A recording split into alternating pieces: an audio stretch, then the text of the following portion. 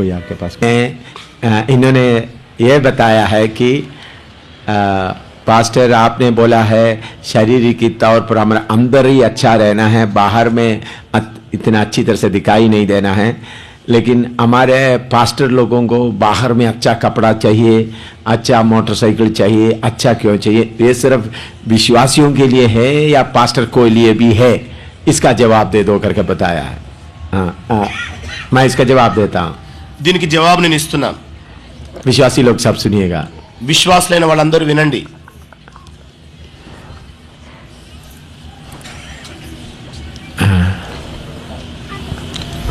हमने पास्टर लोगों को सिखाया, अच्छी तरह सुनना है, మంచిగా వినాలండి. ఇక్కడ विश्वासी लोग सब देखें.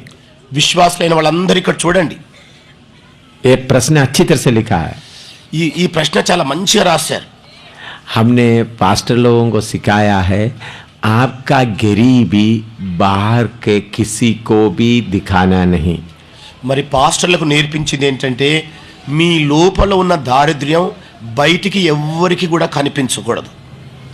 जितना हो सकता है आपके पास कपड़ा है तो साफ सुंदर अच्छा बनकर बाहर चले. మరి మీ దగ్గర ఉన్నంత వరకు శుభ్రమైన వస్త్రాలు వేసుకొని కాస్త నీట్గా బయటికి వెళ్ళే ప్రయత్నం చేయండి. पास्टर लोग पट्टा हुआ कपड़ा पहनकर जाएगा तो विश्वासी सोचेंगे भीख मांगने के लिए आया है. మరి పాస్టర్లే గనక చినిగిపోయిన బట్టలు వేసుకొని వెళితే విశ్వాసులు ఏమనుకుంటారు? ఈయన భిక్షగాడు అనుకుంటారు. पास्टर के अच्छा कपड़ा नहीं है इसलिए ऐसा अपना गरीबी दिखाने के लिए आता है, ऐसा सोचेगा. మరి పాస్టర్ గారి దగ్గర మంచి వస్త్రాలు లేవు గనక ఆయన దారిద్ర్యాన్ని చూపెట్టుకోవడానికి ఇలాగ వస్తున్నాడు అంటారు. इसलिए सेवकों को सिखाया गया है बाहर जाते समय में भी अच्छी तरह से अच्छा कपड़ा पहनकर जाना है. అందుకే సేవకులైన వాళ్లకు నేర్పించిన సంగతి ఏంటంటే బయటికి వెళ్ళేటప్పుడు చక్కగా వస్త్రాలు వేసుకొని బయలుదేరాలి. देखो मेरा कपड़ा कितना अच्छा है. చూడండి నా వస్త్రాలు ఎంత బాగున్నాయో. पैंट शर्ट अच्छा नहीं है. నా ప్యాంటు చొక్కా మంచిగా లేవంటారా? इधर में बैठे हुए कितने पास्टरों के कपड़े से अच्छा कपड़ा है ये. మరి ఇక్కడ కూర్చున్న పాస్టర్లు అందరికంటే కూడా ఎంత మంచి వస్త్రాలు వేసుకున్నవి. तो कपड़ा को देखकर हम कुछ भी अनुमान नहीं लगा सकता. కనుక బట్టలను చూచి మనం ఎలాంటి అనుమానానికి తావివ్వద్దు. कितने लोगों को समझ आया? ఈ మాటలు ఎంతమందికి అర్థమయ్యాయి మీలో? फिर लेकिन कुछ पास्टर आकर ये वचन उनके अंदर नहीं है, अनजाने में उन्होंने कुछ शरीर की बातों के पीछे चलता है तो इन्हीं वचनों के द्वारा वो भी ठीक हो जाएगा. మరి ఏ పాస్టర్ లోపలనైతే ఈ వాక్యం లేదో ఈ దినాల్లో ఈ వాక్యం ద్వారా వాళ్ళు సరైపోవాలి. शरीर पोतारू आप लोग अपने आप ठीक हो जाएगा. మీకు మీరే సరైపోతారు. हाँ, उन लोग ये वचन देखते हुए अपने आप को ठीक करेंगे. మరి ఈ వాక్యాన్ని చూస్తున్న సమయంలో తమంతట తామే సరైపోతారు. बाहर में दूसरा पास्टर लोग हैं, బయట వేరే రకమైన పాస్టర్స్ ఉన్నారు. उनके पास स्कूटर है, मोटरसाइकिल है, कार है, तो बोलते वक्त इनके सामने तुम्हारे पास कुछ नहीं बोलते हुए उनको शर्मिंदा करने का कोशिश करता है. మరి బయట ఉన్న వాళ్ళకైతే స్కూటర్ ఉంటుంది, కార్ ఉంటుంది, మోటార్ సైకిల్ ఉంటుంది. వాళ్ళు మనం చూసినప్పుడు ఇదిగో వీళ్ళ దగ్గర ఏమీ లేదని ఎగతాళి చేస్తుంటారు. तो इसलिए पास्टर लोगों को उनके सामने भी ठीक रहना है, आप लोगों के बीच में भी ठीक रहना है. అందుకే పాస్టర్లైన వాళ్లకు వాళ్ళ ఎదుట కూడా మంచిగా ఉండాలి, మీ ఎదుట కూడా మంచిగా ఉండాలి. लेकिन पास्टर के अंदर में दुनिया की कोई इच्छा नहीं रहना है. కానీ పాస్టర్ గారి లోపల లోక సంబంధమైన కోరికలు ఏమీ ఉండకూడదు.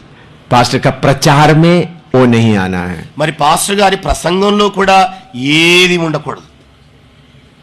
बाहर में जितना अच्छा हो सकता है उतना अच्छा होकर चलना है. మరి బయటికి వెళ్ళేటప్పుడు ఎంత మంచిగా వెళ్ళగలుగుతారో అంత నీట్గా వెళ్ళాలి. मैं जब उधमपुर में सेवा करते वक्त मेरा पत्नी को ऐसा समझाया था. మరి నేను ఉదంపూర్లో సేవ చేస్తున్న సమయంలో నా భార్యకి ఇలాగ అర్థం చేయించాను. बहुत बार हम भूखे रहे, అనేక మార్లు మేము ఆకలితో ఉండినాం. तो मेरा पत्नी को मैं ऐसा बोलता था जब चीनी और चाय पत्ती कम होते वक्त एक डब्बा में लेकर अलग रख देना.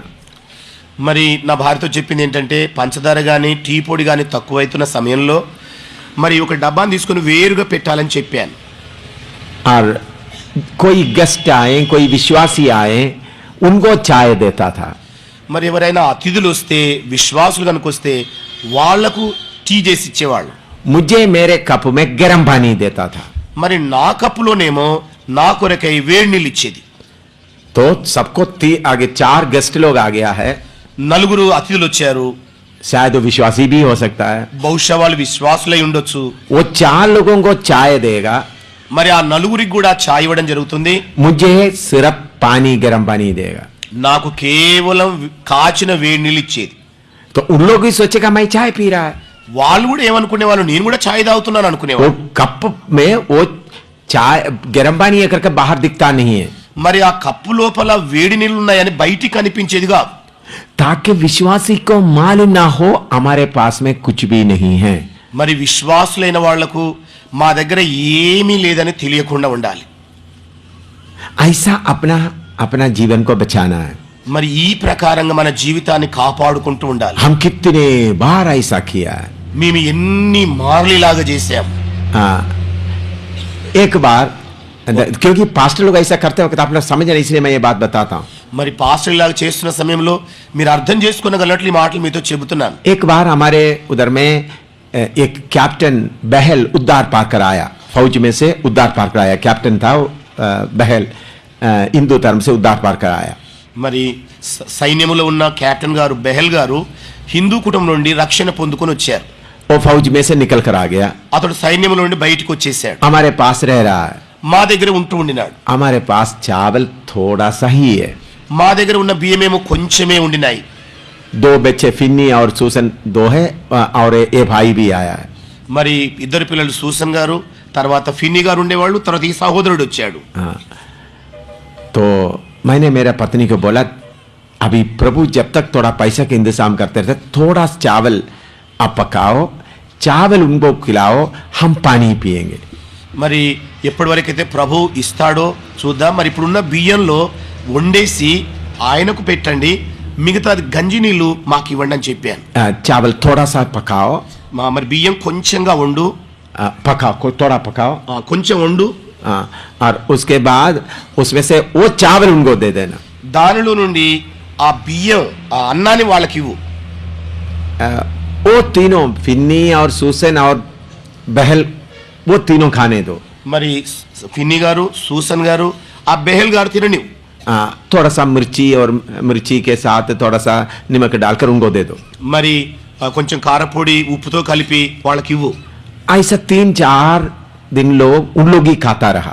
మరి ఇలాగ 3-4 రోజుల వరకు వాళ్ళే తింటూ ఉండినారు. हम दोनों उनके साथ नहीं बैठते हैं. మేమిద్దరం వాళ్ళతో పాటు కూర్చునే వాళ్ళం కాదు. तो उन लोग खाने के बाद, उन लोगों के कमरे में भेजने के बाद मैं और पत्नी बैठ करके कंजी पानी उसमें से निकला हुआ पानी सिर्फ पीते थे. మరి వాళ్ళు ముగ్గురు కూడా తిని బయటికి వెళ్ళిన తర్వాత నేను నా భార్య ఇద్దరం కూర్చొని గంజి నీళ్ళే తాగేవాళ్ళం. तो कैप्टन बहल को एक शक आ गया. మరి అప్పుడు కెప్టెన్ బెహల్ గారికి కొంచెం అనుమానం కలిగింది. ये दोनों हमारे साथ क्यों नहीं खाते? ఈ ఇద్దరు మాతో కలిసి ఎందుకు తినటం లేదు? उन लोग हमको सिर्फ चावल और नमक और मिर्ची देता है, इन लोग कोई स्पेशल खाते होंगे. మరి మా ముగ్గురికి ఏమో మరి కారపొడి చల్లి ఉప్పేసిస్తున్నారు, వీళ్ళిద్దరూ ప్రత్యేకంగా ఏమైనా తింటుండొచ్చు. तो हम लोग खाना खाते समय दरवाजा थोड़ा बंद करके रखते थे. మరి మేము ఆహారం తినేటప్పుడు తలుపులు కాస్త మూసుంచేవాళ్ళం. तो उन लोग कहाँ का गया. వాళ్ళేం తిని వెళ్ళిపోయారు. फिर उसके बाद मैं और मेरा पत्नी एक एक ग्लास लेकर के पी रहा है. మరి నేను నా భార్య కూర్చొని ఒక్కొక్క గ్లాస్ గంజి నీళ్ళు తీసుకొని తాగుతున్నాం. तो ये दरवाजे के सुराग से देख रहा है खाना कब खाएगा. మరి ఇతడేమో తలుపు సందు గుండా చూస్తున్నాడు, వీళ్ళు ఎప్పుడు భోంచేస్తారు. हम तो पीते प्रभु का धन्यवाद दे रहा है. మేమేమో త్రాగుతూ ప్రభుకు వందనాలు చెల్లిస్తున్నాం. और उसके बाद उठ गया. ఆ తర్వాత లేచాం. तो हम बाहर आते वक्त उन्होंने अंदर आ गया. మేము బయటికి వెళ్ళబోయే సమయంలో ఆయన లోపలికి వచ్చేసాం. आप खाना कब खाएंगे. మీరు భోజనం ఎప్పుడు చేస్తారండి? मैंने बोला हम लोग खा लिया भाई. నేను అన్నా, సహోదరుడా తినేసాం. नहीं, मैं देख रहा था आप क्या खा रहे हैं. నేను చూస్తూ ఉండినాను మీరు ఏం తింటూ ఉండినారు. प्रभु जो हमको दिया हमने खाया है. ప్రభు మాకు ఏదైతే ఇచ్చాడో అదే తింటూ ఉండినావు. तो मैं, उन्होंने बोला हमने देख रहा था सिर्फ आप ग्लास में से कुछ पी रहा है.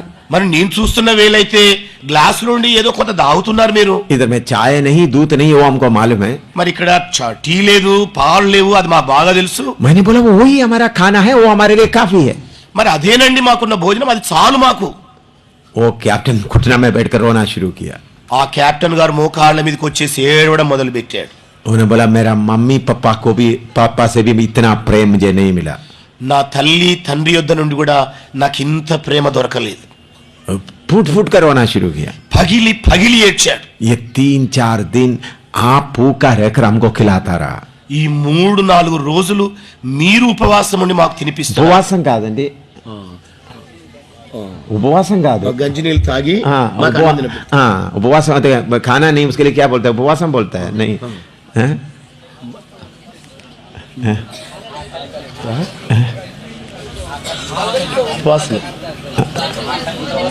उपवासम कैसा? उपवासम कैसा तेलुगु में? उपवासम खाना नहीं है तो उपवासम कैसा होता है? हाँ पस्तुलु बोलेंगे. पस्तु కూడా అంతే అవుతుంది. खाना नहीं है तो खाना नहीं खाए तो उपवासम करता है बोलता है. जिसमें घर में खाना नहीं है, मलयालम में भूखा रहता है, कंगाल या पटनी बोलता है. तेलुगु में क्या बोलता है? పస్తులు ఉండడం అనుకోండి. పస్తులు ఉండడం, పస్తులు. तो मैं क्यों ये बात बताया है? నేను ఎందుకు ఈ మాటలు మీతో చెబుతున్నాను? अच्छा सेवक अपना गरीबी बाहर प्रकट नहीं करेगा. మంచి సేవకుడు తన దారిద్ర్యాన్ని ఎప్పుడు కూడా బయటికి కనిపించుకోడు.